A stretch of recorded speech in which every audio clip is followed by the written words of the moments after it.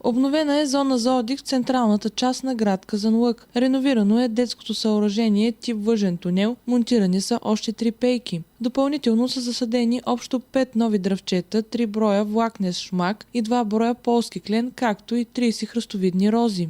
От днес функционират още 3 камери за видеонаблюдение на спортните съоръжения в района на Младежкия дом. Те ще следят мини-футболното и баскетболно игрище и стрит фитнеса. Новите камери са с още по-добра резолюция с възможност за отлично приближаване и също ще работят в денонощен режим. Така общо камерите за видеонаблюдение в района стават 13. Чрез системата за видеонаблюдение община Казанлък цели да подсили опазването на общинската собственост и спортното оборудване в района предвид постоянните вандалски прояви на площадките.